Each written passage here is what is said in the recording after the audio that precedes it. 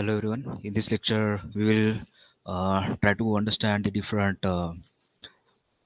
components that are resistor, capacitor, inductors that are used in particular electronic system. First of all, let us see working of electronic components. So this is a typical um, mechanism. What we can say about any device. Uh, Particularly, what we do here, E is a potential that has been applied to any device. I is the current flowing through this device, and R is the resistance. Okay, whatever the potential is going to be there, that particular potential is going to apply a force on this flow of this current, and that much amount of current is going to get at the output of this device, right? So if what we see here is that if uh, this potential is large, the current flow of current is large. So if we have put this resistance constant, what we can say, if voltage applied to this device is lower, then what we see, the current at this output or flowing through this device is much lower.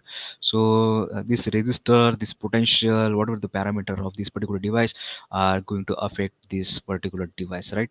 So this basic thing we are already aware of it, but we have to go in depth about this different types of those electronic components. So this is the particular diagram of any circuit where a resistor is there, and what we see current flowing through this resistor, or this complete circuit is controlled by this this resistance. So this is the what can you say, the effect of the resistance. The resistance puts the limit on this current. So there is control of current with this resistor. So yeah, so we have these capacitors. We also have the capacitors. The function of the capacitor is to store the some amount of charge, right? So these are the two parallel plate conductors between which a electric field is generated, and these plates are separated by a particular dielectric, right? and and yeah uh, yeah, this flow of current is controlled with this the capacitance, or we can say the capacitive impedance of this capacitor, right? So these are different inductors that we are already aware of. We are already aware of this principle of a magnetic field that is induced under this inductor, right?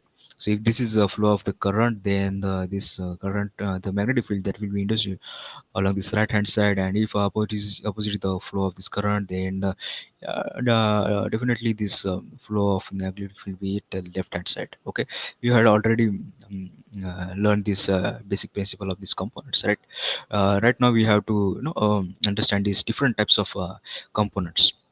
So what we have seen up till right now, this inductors, capacitor, resistor, different types of components, right? And yeah, so what we do, we classify these components as a passive components and active components. So these devices, what we have seen, these capacitor, resistor, inductors, and there are some many electromechanical devices which don't require any external power supply or any extra another voltage, um, or another current for working. So this kind of devices we call it as passive devices. So these are the some passive devices. These are listed.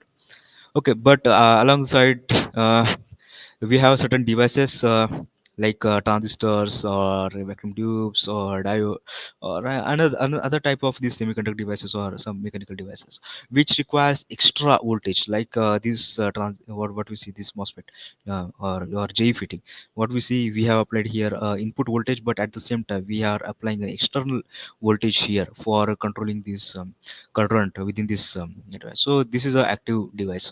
So these devices are active devices which require extra current or extra voltage for working. So there are two kind of components: active components and passive components. Active components, okay. Yeah.